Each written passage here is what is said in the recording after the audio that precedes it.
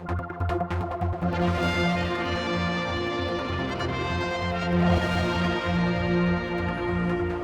at the Sea Terminal. It's that time of year for the launch of the TT Safety Campaign with me, the Chief Constable, Gary Roberts. I think I ask this question every year, but does it actually make any difference, people seeing these sort of signages? If it makes one person think twice about driving or riding foolishly, then it makes a difference.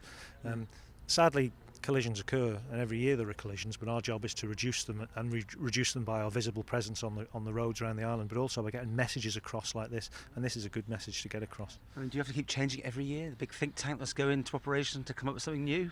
The DOI think about it all the time, and they come up with a new plan every year, and the plans have worked. As far back as 2007, the exercise actually won the award for the best road safety campaign in Britain during that year. So it has been successful, it has been innovative. We have to keep refreshing it. You have had success in fatality numbers being low. Yeah, one's too many, and there is an awful lot of luck in it. The difference between life and death can be inches, and people can make mistakes and get away with them.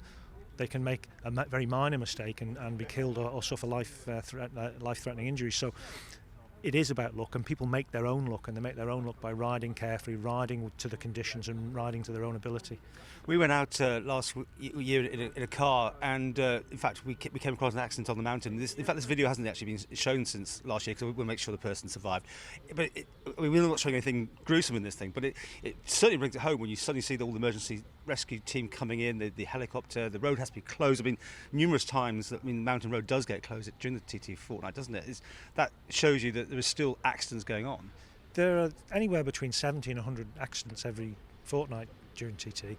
Our job is to keep them as low as we can, and the road conditions are important.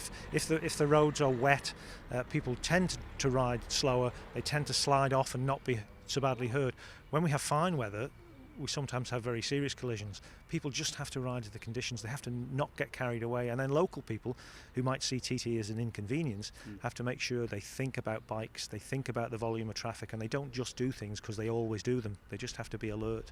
Conspiracy theorists amongst the population say you probably close the mountain at the drop of a hat, and you're quite happy to have the circuit shut.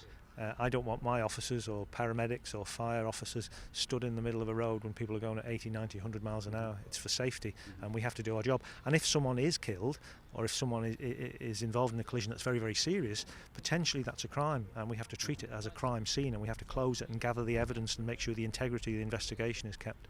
And your views on the one-way system? One-way system has worked.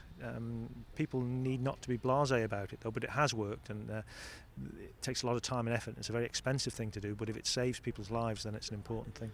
You said you're going to put more resources into it this year than ever. I thought you were having cutbacks. How are you managing that? We're changing fundamentally the way we police the TT. We'll have much less involvement with the running of the event and the actual racing and practicing.